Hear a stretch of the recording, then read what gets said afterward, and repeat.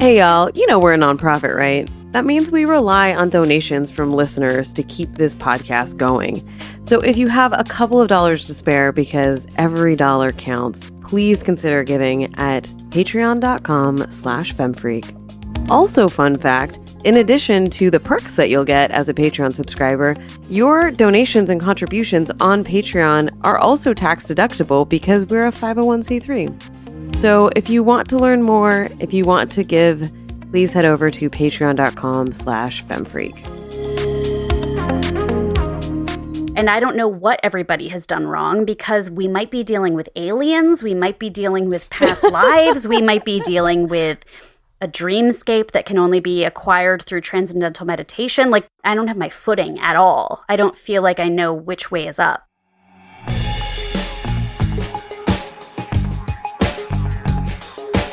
Welcome to Feminist Frequency Radio. This is the show that asks you to be critical of the media you love. I'm Anita Sarkeesian. And I'm Kat Spada, and this week, the FBI has sent us to a peculiar small town in the Pacific Northwest to investigate a series of mysterious crimes. We finally watched the first season of Twin Peaks. Finally! Everyone has been dying for us, Kat, to watch this show, clearly. It's true. I've faced a lot of grief over the years about That's true.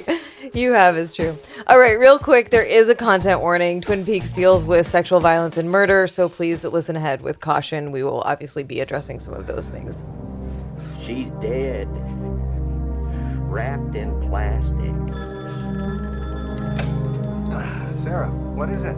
Is Laura with you? No. Why? She didn't go with you this morning. No. Honey, what's wrong? She's not here. She wasn't here this morning. Yeah, he's right over there on the phone. Sheriff Truman. What? Who? This is a terrible moment for all of us. For all of us. A cult classic that has legions of devoted fans even 3 decades after its debut, Twin Peaks premiered on ABC in 1990, running for 2 seasons before its cancellation. In 1992, a prequel/sequel film, Fire Walk With Me, was released, and the series was ultimately revived for a 3rd season in 2017 on Showtime. Created by Mark Frost and David Lynch, Twin Peaks is at times surreal, supernatural, melodramatic, and terrifying. Often it's all of these things at once. It stars Kyle MacLachlan as FBI Special Agent Dale Cooper, who descends upon the town to solve the murder of Laura Palmer, a high schooler found naked and wrapped up in plastic on the riverbank. Family, friends, and adversaries in the town are played by an ensemble cast that includes Piper Laurie, Ray Wise, Peggy Lipton, Richard Bamer, Russ Tamblyn, Joan Chen, Lara Flynn Boyle, Sherilyn Fenn, Machen Amick, and many, many, many more. Joining us to talk about Twin Peaks is award-winning game developer, writer, and arts manager who's currently creative producer and writer on the upcoming indie survival horror driving game, Dead Static Drive. I can't wait for this game to come out. She's also co-authored a book on misogyny and video games culture called Game Changers: From Minecraft to Misogyny, The Fight for the Future of Video Games. Welcome to the show, Leena van Deventer. Thank you. Deventer? Did I do it? Did I get it? No, but that's fine. No, I messed up by trying to type the pronunciation. Kat changed your name, the spelling, to make it phonetic, and it fucked it That's up. fine. Okay, say it again. Van Deventer. No. Say it properly. Leena van Deventer. There you go. Van Deventer. Hello, Leena van Deventer. I can say my friend's name. I've been friends with you for so long. It's all right. Everyone gets it. It's fine. Get out. All right. So I specifically wanted you on this episode because you love David Lynch. I do. A lot. Yeah, I know. And I was like, who better than Leena, who posts all the weird David Lynch shit on the internet constantly. So we'll get into how Kat and I just actually randomly started watching this for the first time at the same time, which is coincidentally why we're doing this episode. But like, what is it? What is your relationship to Lynch's work? Like, why? Tell us what you think. I love Lynch's work because I feel like he has this utopia in mind despite the fact that he, often works a lot in violent, content, especially violence against women, I think he actually has that in his work a lot because his utopia doesn't have that in it. His utopia for the world wants to show that this is an anomaly and a blight and a bad thing, but not a force of nature, not something that has to be there.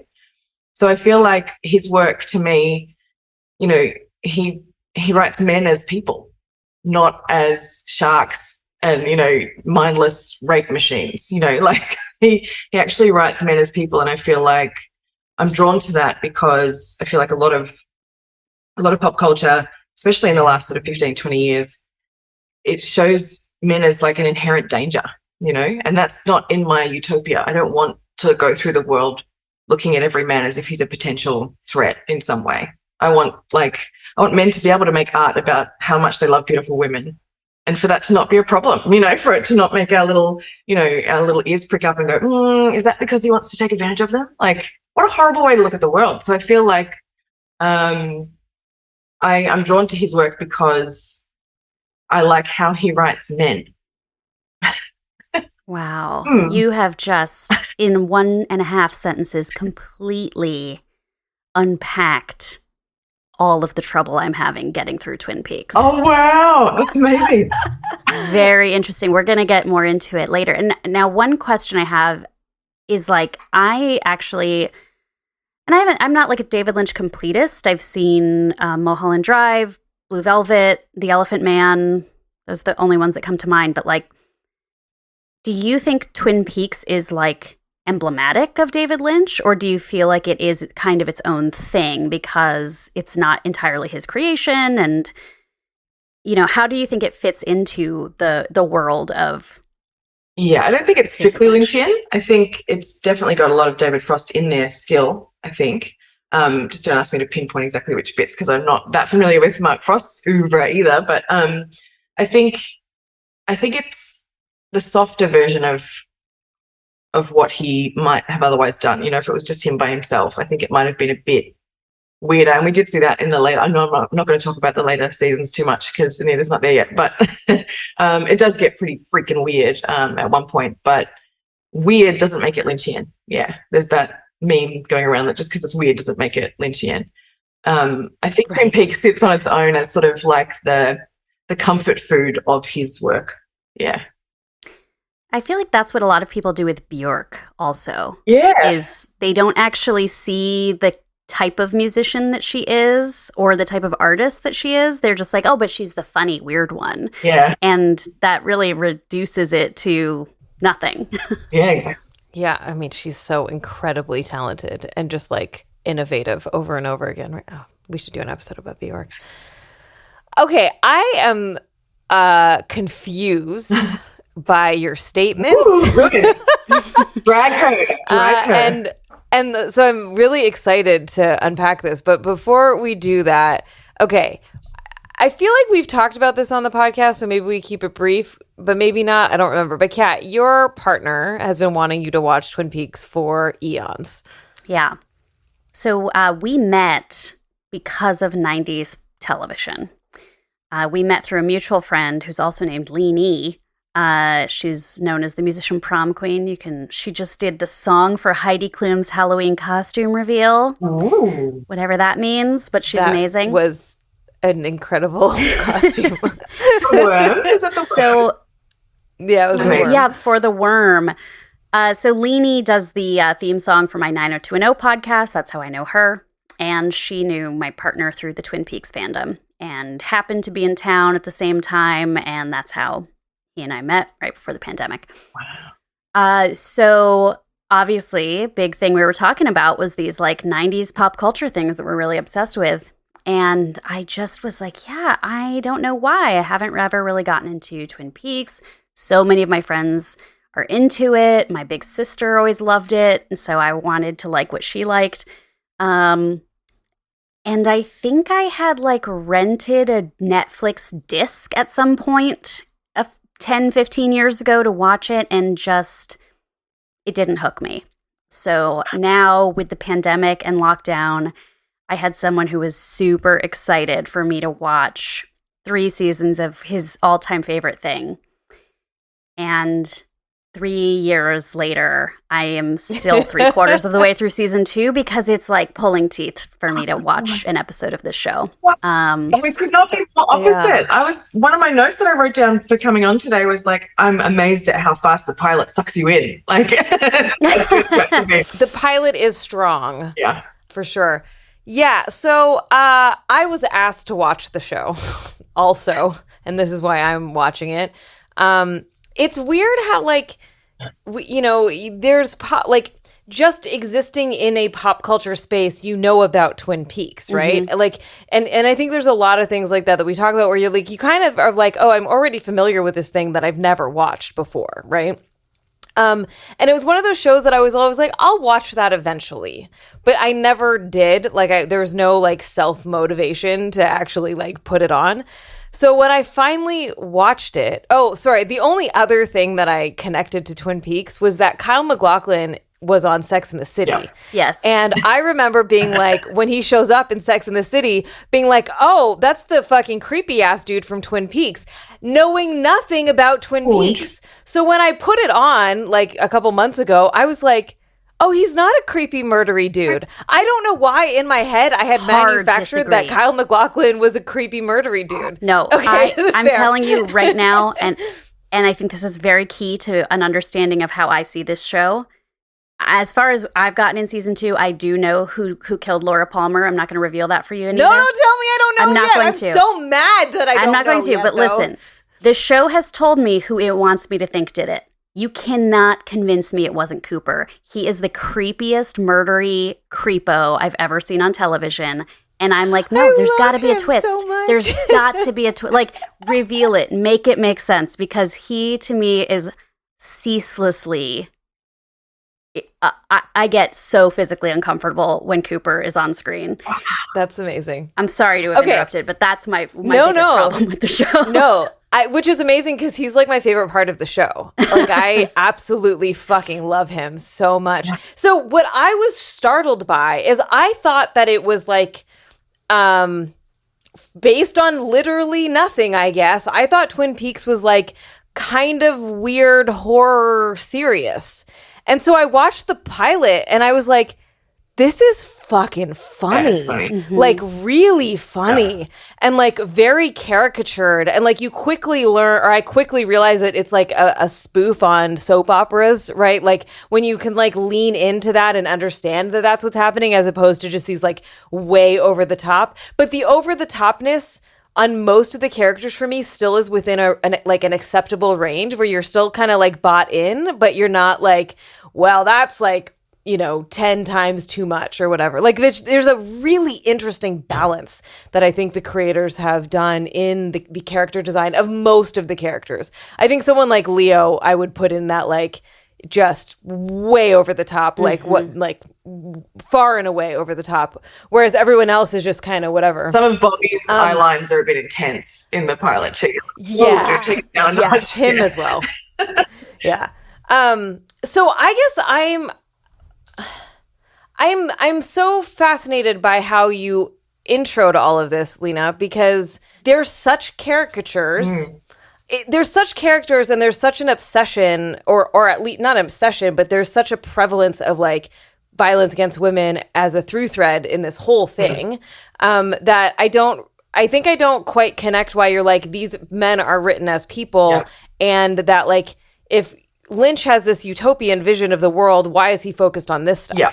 So one of the things I like about it, and to sort of explain my statement before a bit more about it showing men as people, I think in Twin Peaks, one of the things I really liked about, especially the pilot, is that people were horrified by horrible things.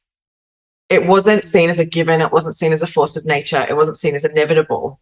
And so much media about violence against women and IRL coverage of violence against women sort of presents male violence as this unstoppable force of nature that can't, we can't do anything about it. It's just going to happen. And what did she expect? And like the forensic examination of the victim, and what she did wrong to get in that position is really leaned on really, really heavily at the moment.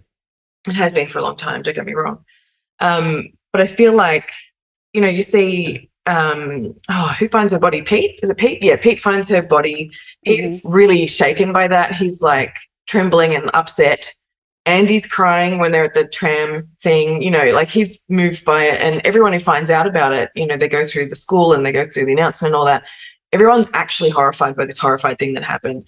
And I was really taken by that because that's such a basic thing. It sounds ridiculous to even say, but I feel like seeing people be moved by it instead of like, well, those things happen, where was she? What was she doing? What was she wearing? I feel like it shows it as a real blight, like male violence as a something that's wrong, and a decision that's been made, and it's antisocial behavior. Like it's framed as something that people sort of get seduced into doing, like sort of ruined. It's like a corruption within themselves. And I feel like I like that idea better than the idea that violence is inherent in men. Like that just doesn't square with my utopia of the world that I want to see, especially as someone with 2 sons. I don't want to think that, every guy I look at is a potential rapist, because they're just not. Like it's not accurate. I can see why trauma would make people, very quick to think that, and that's, a valid response. But I think with this work, you're seeing men not jump straight to upholding the patriarchy, right? So you're sort of seeing them by being horrified by it. They're like, oh my God, that's terrible. What a waste. Like they're like, oh my God, that poor woman, instead of making excuses for the murderer, like without even knowing who it is yet. You know what I mean? And we see that a lot, I think. So I think that's what I meant by sort of writing men as people. Yeah. Kat, how did you respond to that? You just had like this moment of revelation. Yeah, I mean, I'm thinking about maybe the characters versus the show. So yeah, I don't think that's true of the show itself. That may be true of the characters, but by virtue of the fact that immediately we have to find out that Laura is a ruined woman and she does have this darkness, I think that is the show putting this horribly violent consequence on a girl for sexuality and sex work and drug use. Maybe the characters aren't doing that. They're investigating it a little bit more. Yeah. But in general, and thinking about like overall the show at large, I think I'm really disinterested in spending time with men who are fixated on beautiful young girls. Yeah. And that to me is what the show is doing most of the time. Yeah. So like I cannot, and I've actually said, because I think there's so much aesthetic beauty to the show, I do really love it when it gets funny. I love it when it gets really soapy. So far, I've enjoyed season 2 better than I did the first season because it's sort of weirder and stupider in some ways. But overall, so I've said like, I can enjoy this show as long as like 5 of the main characters aren't on screen. But when they are, I'm so deeply irritated. And like I've asked my boyfriend, I was like, just tell me there's going to be some redemption. Tell me that at some point Cooper's going to get his just desserts for being a big perv all the time. And he's like, no, the show isn't going to do that because it doesn't see him that way. And I think that I lack maybe the optimism or the like open-heartedness to be able to see him in that way. I despise Andy. If he's on screen, get me out of there. I want to fast forward. Because I dislike the concept that an adult with the intellect of a child would be in a position of law enforcement. Like that to me is really troubling. That's real. Yeah. And it's like really upsetting to me to see that and to think that like he's supposed to be handling a murder investigation and he's losing his marbles. Yeah.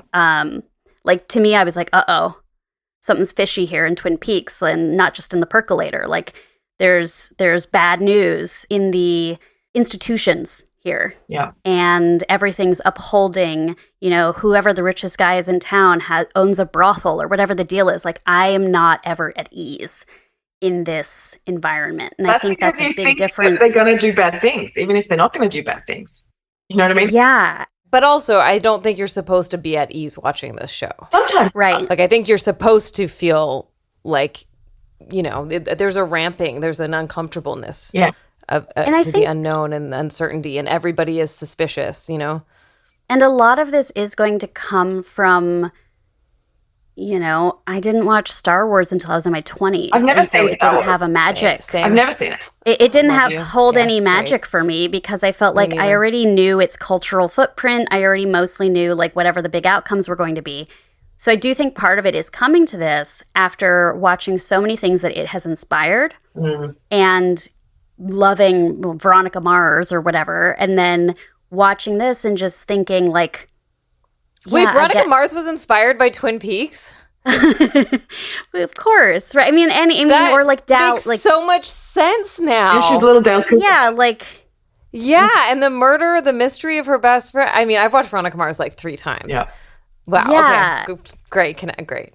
Cool. And so, you know, I think, okay, well, do I just have this cynicism that a viewer in 1990 might not have had because they would be like, here we are in this small town where you can smell the Douglas firs and what could possibly be amiss? Whereas I'm like, everyone here is a suspect. Yeah. Like, I am just coming to it from a place that I can't shake. Yeah. And also, yeah, I think part of that is like, I first saw Kyle MacLachlan in Showgirls, so I'm like expecting him to be different, and he's not, to me, a good enough actor to shake off previous roles. But That's really interesting. I think I like this because of it's a place I can take off that cynicism. Yeah.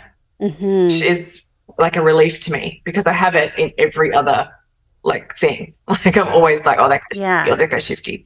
You know, and I feel like a lot of the media, a lot of true crime stuff that we're witnessing at the moment is like, you know, constantly being, you know, skeptical of someone all the time. And I don't want to go through the world like that. That's why true crime stuff like squicks me out.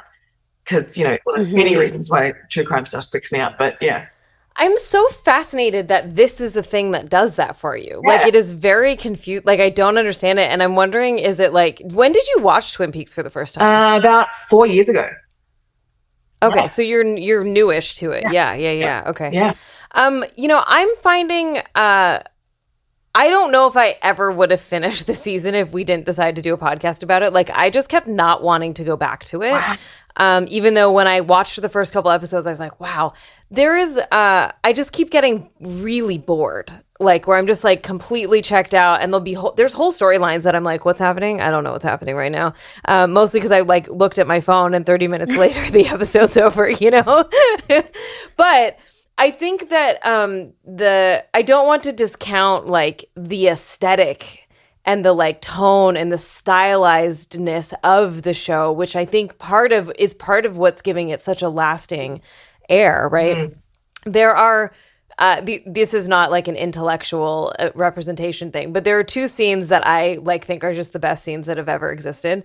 The first one is when the 2 shitty brothers who own the hotel, when you first meet the younger brother and he comes back from France and he has the brie and butter sandwiches and he just like totally interrupts dinner and they're just like eating the sandwiches from the side and like just like having a massive orgasm over these fucking sandwiches.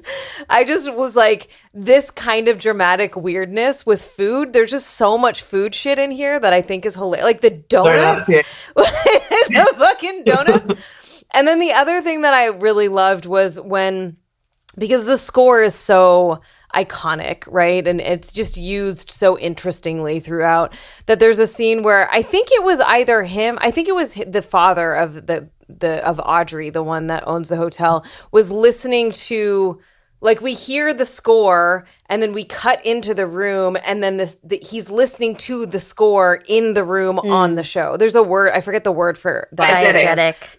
diegetic. And I was like, that was so brilliant. Like, it just kind of, like, these little things that just make it a little, like, quirky and weird is just so my jam, right? Like, people are just talking and there's, like, a head of a moose on the table around them, you know? It's just, like all this, like, the production design of just having things around that don't really, like, they're whimsical, right? It's like it's almost like a magical realism element to it, which I really enjoy. And it's kind of an indulgence too, in a lot of ways. Like, we've gone from, you know, some really stingy kind of set designs where everything's there for a reason, and, you know, very stark, like X-Files, you know, kind of, you know, interrogation rooms and all that kind of stuff.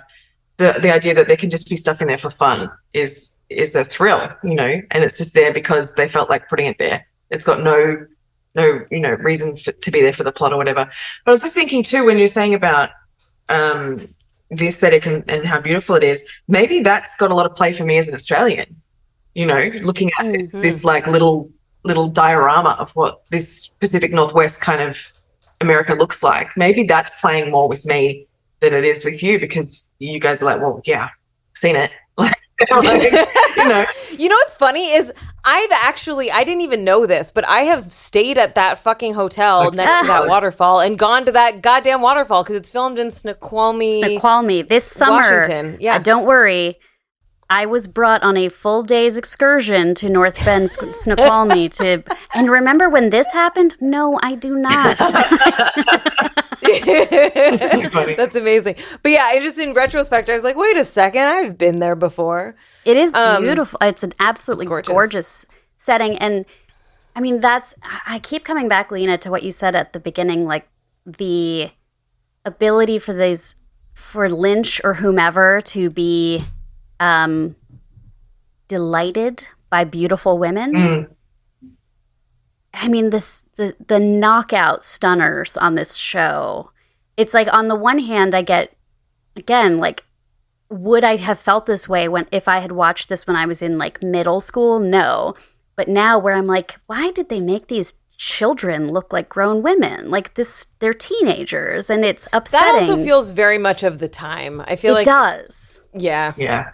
But it's like, there is such beauty to Joan Chen when she's surrounded by all the lumber, you know, and there's something funny about that. There is something funny about these, like, retro, fabulous, beautiful women who are just kind of stuck in a town where nothing happens until a terrible crime happens. So here's a question. I do have a couple questions about the setting or the kind of world building here.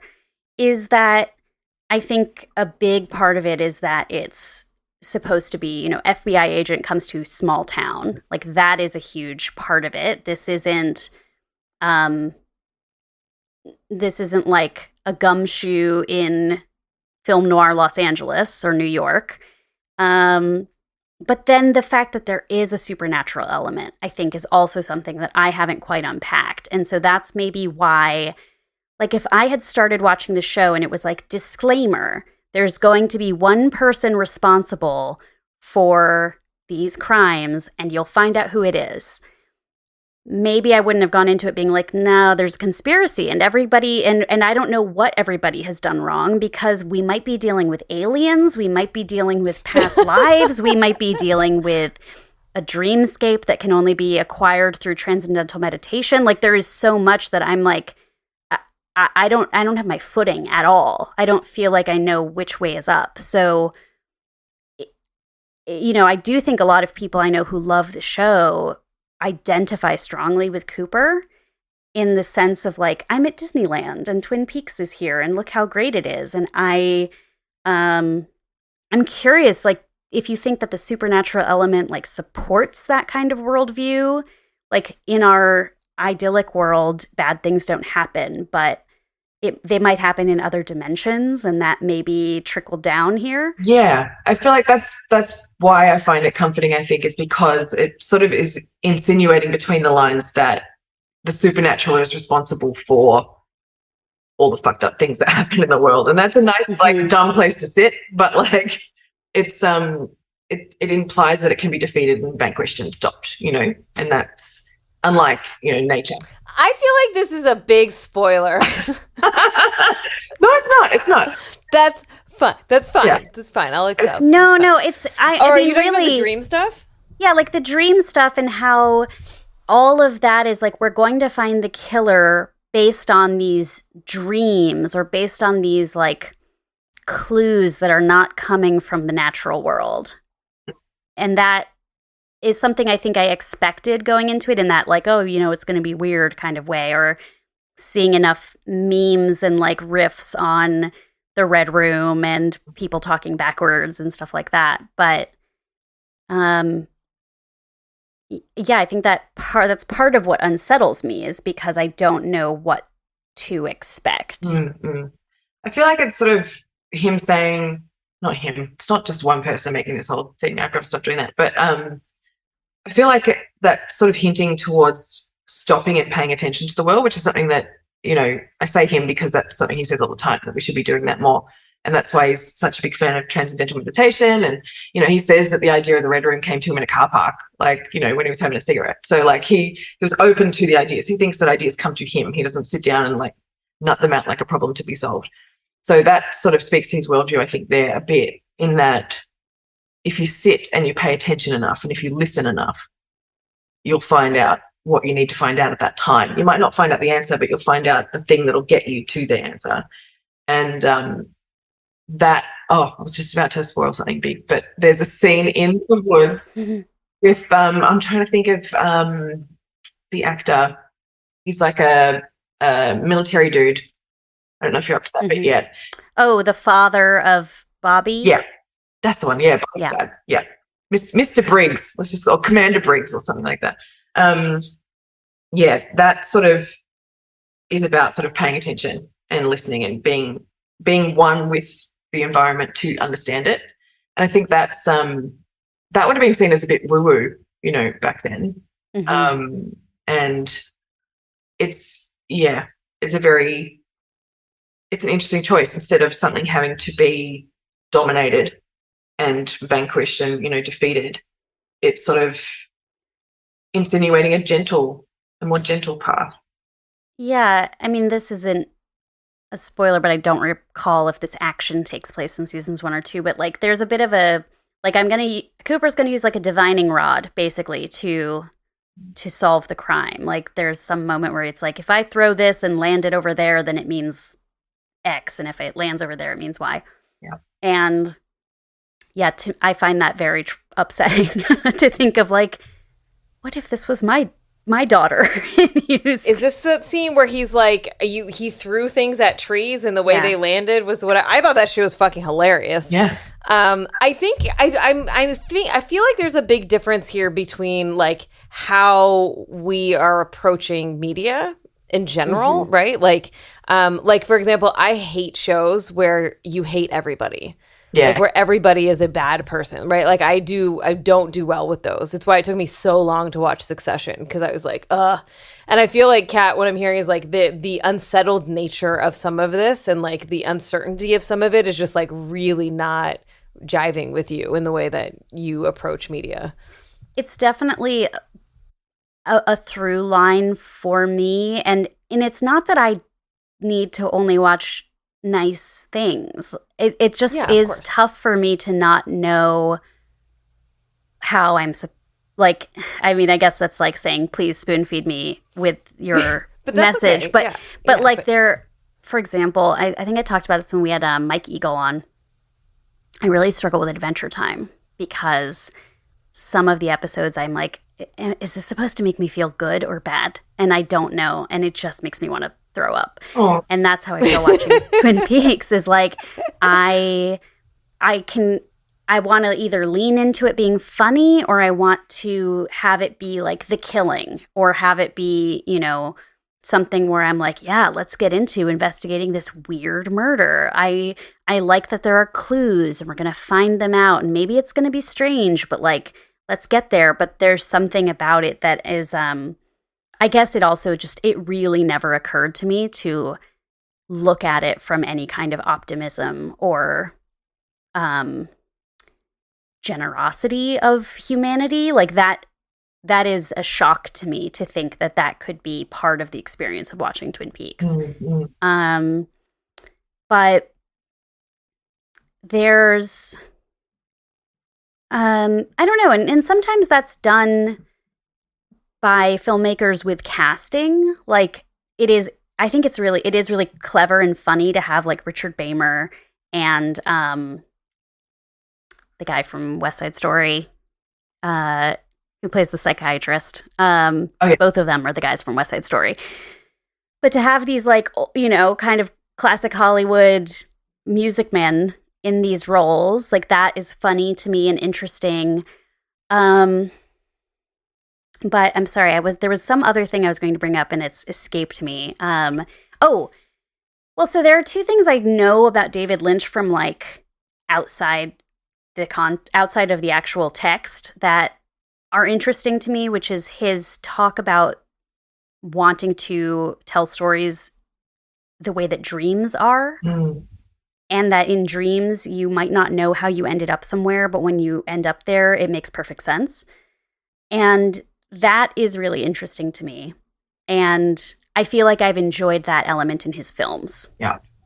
I haven't really in this show. Season 3 is going to blow your head off. Like, it's gonna blow your head off. I think that filmmakers do dreams so badly, like so aggressively badly, that I want to watch more Lynch because I'm told he's the only one that does dreams, does dreams like dreams are. And as someone who has extremely bizarre, vivid dreams, I want to start doing filmmaking with dreams because I feel like it's always done so bad, right? And that I love that, yeah. I'd love to read more about how he thinks about that, because it's true. Like, dreams are and what dreams are doing is it's helping us process and understand. And so it doesn't have to make sense, even though it makes sense to you in some very physical way that is not attached to like your cognitive processes, you know? Yeah, so. Definitely. Cool. All right. I will be back. I feel like there's so much to talk about with Twin Peaks that there's no way we can do this justice. But move on. Just one. Oh, yeah. I find the police ineptitude really funny. Like, you find it unnerving, and I find it really funny because he's basically saying the cops have no idea what they're doing, and that's a what's also funny is fucking Cooper. I know he's a perv. I'm putting that aside, but Actually, so I don't know how far this goes, but like his stuff with Audrey, like, and him being like, yes, I totally want to fuck you, but I know I shouldn't. Was that in season 1? I don't care. Was I looking at my gross. phone? I don't care what it was. I don't think I've seen that yet. So yes, that is gross. Anyways, putting that aside, if I may, like his whole like, I am the most perfect detective and can like know everything, and then to have the other cops fawning over him, and then him to be like squirrel, you know, just like constantly be like the nature and the voice record. Like I think this is one of the funniest, most entertaining characters I've seen in a long time. Just like the dramatic nonsense of who he is and how he operates, and the tidiness of his line, like is like the lines of his existence, not his dialogue, I think are just, I'm so drawn to him. I think Kyle MacLachlan does a fucking fabulous job of that character. Yeah. And they did the reboot because they made you wait before you got to see him again. Oh boy, did they make you wait. Yeah. All right, y'all, we will be right back to share some freak outs. If you are enjoying our show, please consider supporting it on Patreon. Your monthly or annual tax-deductible gift helps us keep the show running and on the air. By becoming a patron, you're supporting independent feminist media and a nonprofit that's working to end abuse in the games industry. Plus, patrons get a special bonus alongside each episode of the podcast. Of course, we know that not everyone has the means to financially support the show, so just taking a moment to give us a star rating and review on Apple Podcasts or wherever you listen to this show can help new listeners find us. We appreciate your support in whatever way you can provide it. Now, back to the show. What's your freak out? Now it's time to talk about what's been thrilling us, moving us, upsetting us, or infuriating us this past week. Leena, what have you been up to? Oh, okay. So I'm a writer and I'm working in a horror sort of adjacent genre with Dead Static Drive. And I've been wanting to really unpack a lot of those sort of foggy notions and loose concepts that we're playing with in that space, to make sure I've really got, the vibe exactly where I want it to be. So I've been reading Mark Fisher's The Weird and the Eerie. It's a very small book, but it's absolutely blown my head clean open. And it's just sort of taking the concept of the weird and distilling it down into what it is, like what makes something weird and what makes something eerie.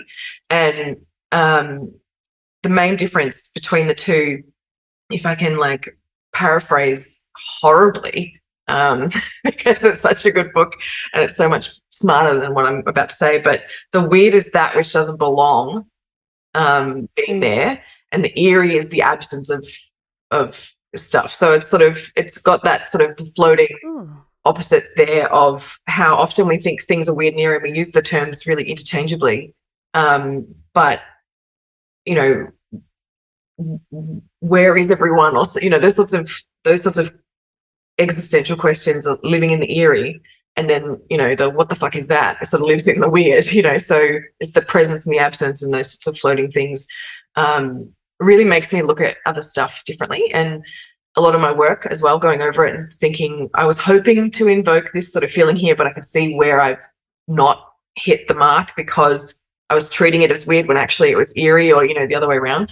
So that's just been like blowing my head open, and I've started doing it with like my own journaling and stuff, like holding together like resilience and grace and like smishing the two together and like seeing where the overlap is and seeing how they're different and everything, and just sort of I've been trying to do some sense making, I think, after the pandemic. If I just take some concepts and mash them together, that seems to be what I'm freaking out about.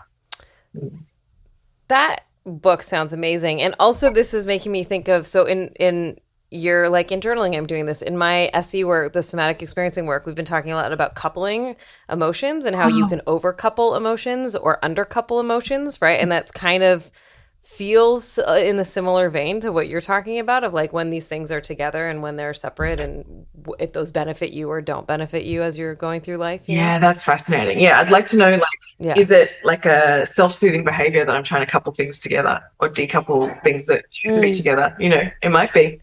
Yeah. It might be. Who knows? I have to say, this has been like a very therapeutic conversation, actually. I'm realizing, I know, no surprise, I've suffered from anxiety. And I realize that sense of not knowing how I'm supposed to feel is like a fight or flight. Yep. Problem is like, no, but tell me, am I safe here or do I need to be concerned? And that is such an interesting thing to think about. Like these past couple of years with the pandemic, that has been completely thrown into disarray, and people who suffer from like a obsessive compulsive disorder have really said, well, now what? Now how am I supposed to parse the information that I'm getting? Because we've all dealt with such a sense of like, things aren't normal. Where do I find normal? What is weird and what is the new normal? And that's such an interesting thing to think about in this time, especially. Absolutely, yeah. Yeah. Anita, I just caught up on your Freq Out. Tell me what you're thinking about this week. Have you watched the show? Finally have. I waited for no good reason. Okay, I have not finished yet watching Bad Sisters, but I wanted to talk about it. So it's show Bad Sisters on Apple TV. It is so delightful. I'm enjoying it so much. It's about a group. Okay, so here's the okay. I am enjoying it and also like really uncomfortable. Right. And that is the point of the show. It is okay to feel that way in this space, even though it's like infuriating. So there are these 5 sisters, and one of them is married to an abusive man who meddles in everybody's business and is extremely controlling of her. And the sisters decide that they miss the sister who is in an abusive relationship and decide that they need to kill her husband. So they are bad sisters. So it's like a comedy, but also like a dramedy, I guess would be what we call those things now. It is very, if you have a hard time watching abuse and manipulation and gaslighting, like this is not the show for you. I find it like there's points where I'm like, okay, we get it already, where we're like, we understand that this dude is bad. Like how many new levels of bad can we introduce to this person?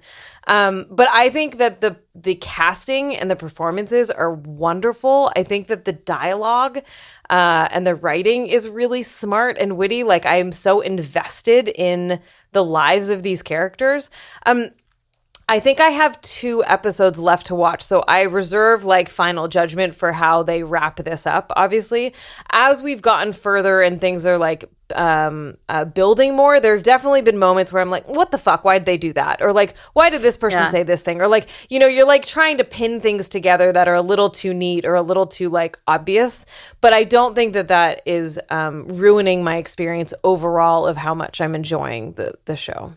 And this fucking music, whoever's doing the sound design, like there's a lot of like pop music in it, killing it, just like amazing soundtrack to this thing. That's the 5th recommendation I've had for Bad Sisters in the last like 2 weeks. Right, I have to do it now. I have to do it. I think you'll appreciate it. It took me a couple of episodes. Like I love Sharon Horgan, so I was like ready to love it, and then I was like, oh, okay, like this seems a little simple maybe.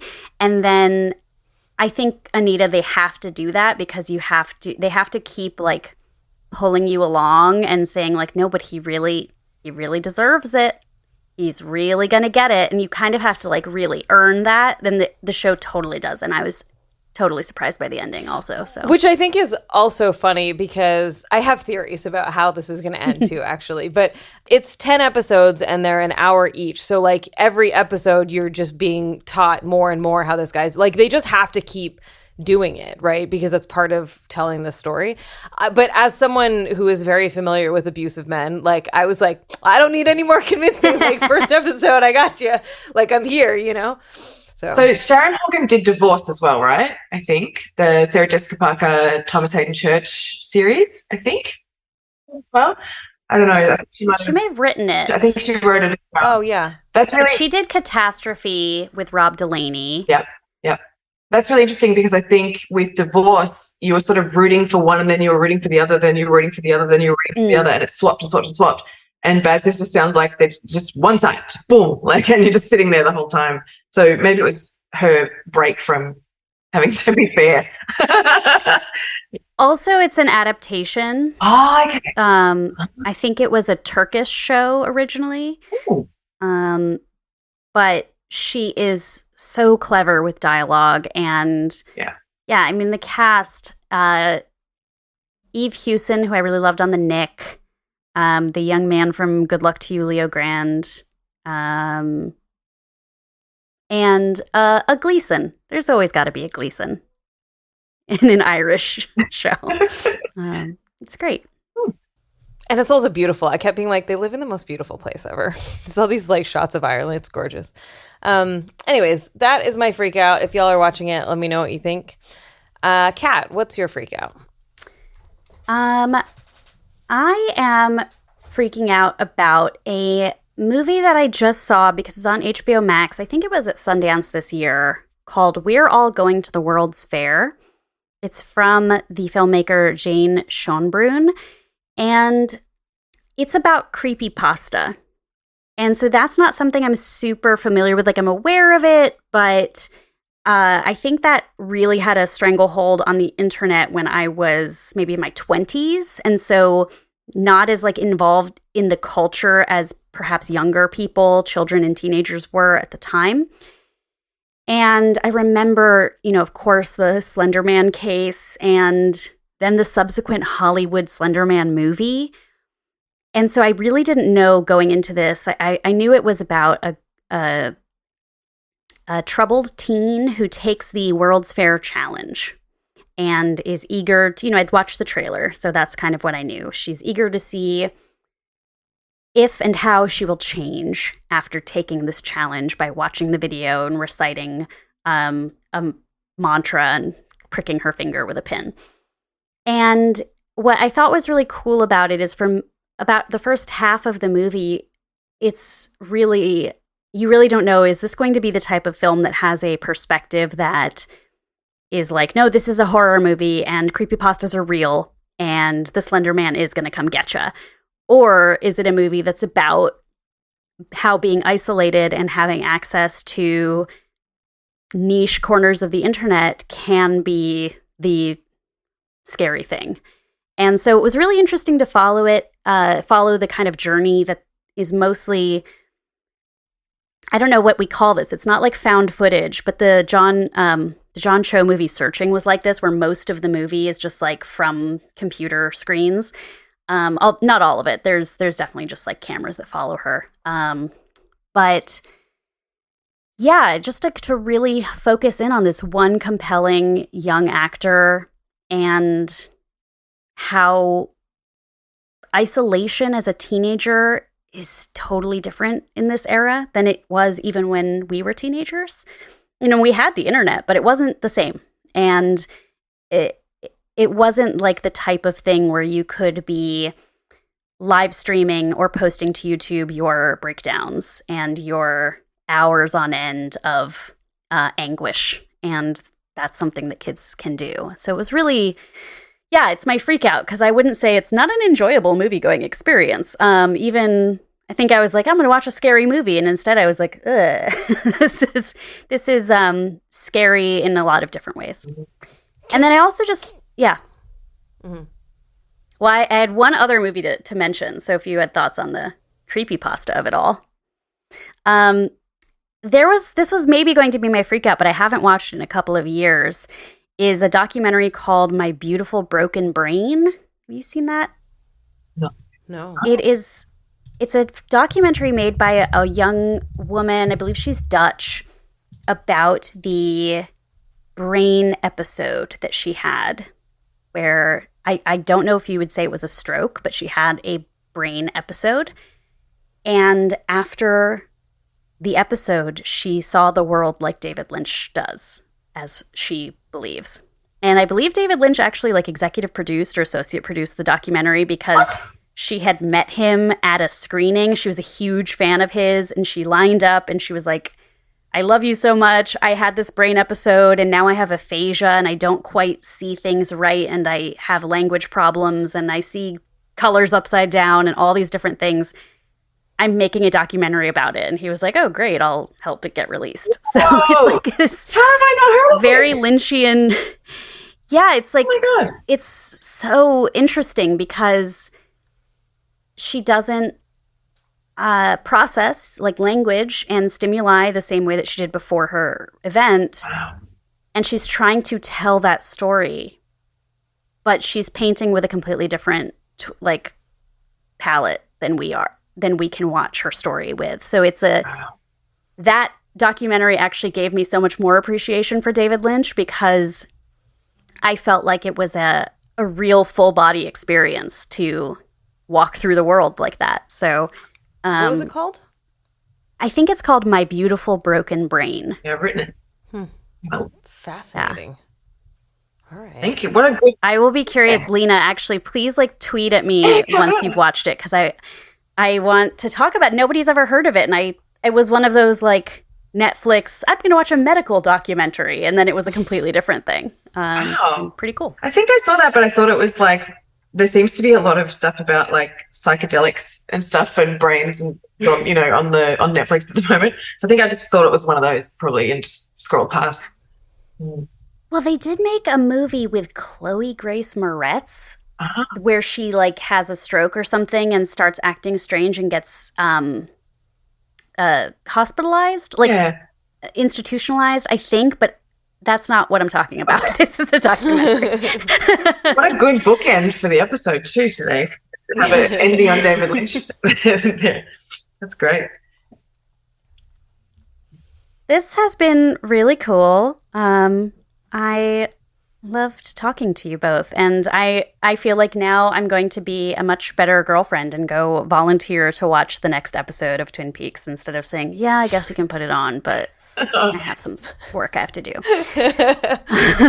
Thank you. Leena, thank you so much for joining us. Thank you. Can you tell us more about the game you're working on or where people can follow you? Oh, sure. I'm on Twitter at Leena van D, 2 E's because I'm very greedy.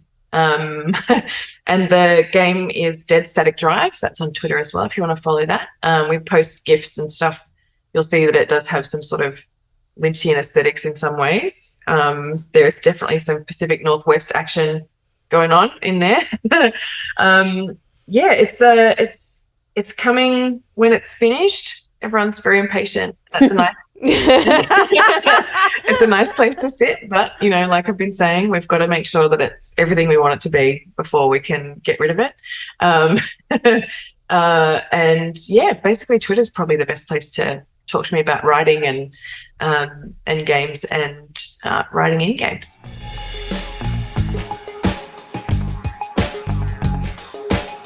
Awesome. Thank you so much for coming on and doing Thanks this. for having me. Dead Static Drive looks awesome, and Leena's fucking hilarious, so you should definitely go follow both of those accounts. I'm Anita Sarkeesian, and you can find me at Anita Sarkeesian on all the things. If you're bouncing off of Twitter, as many people are doing right now, I'm on Instagram because, you know, Facebook is better, right? That was a big sarcastic statement that did not come out sarcastic at all. It was totally fail, big fail. Yeah. I'm Kat Spada, and you can find me on Twitter. Kat_EX_Machina. I mean, my Instagram, I don't have It's not public, but I don't know why. Like, there's nothing there where I'm like, I don't know. No. Maybe You don't need to process this on the podcast right now. My Instagram was private for a long time too. I stopped doing private Instagram when they introduced close friends. Yeah. That's what I did. I've But processed I'm not enough. leaving. I'm not leaving Twitter. Like it's not. I'll still be on Twitter. I mean, I'm not. This is all. They're all owned by terrible people. We just know that Elon Musk is like extremely terrible. So we'll see what happens. Yeah. We'll see what happens. And you can still follow Feminist Frequency on Twitter and Instagram and YouTube and probably other places at FemFreak. If you're a Patreon subscriber, be sure to stick around for the bonus episode with our special guest, Leena van D. 2 E's. And if you like our show, please help other people find it. You can rate us 5 stars on iTunes/Apple Podcasts every time you listen. I have recently discovered this, but if you listen to other apps, Spotify, Pocket Casts, give us a comment, give us a rating.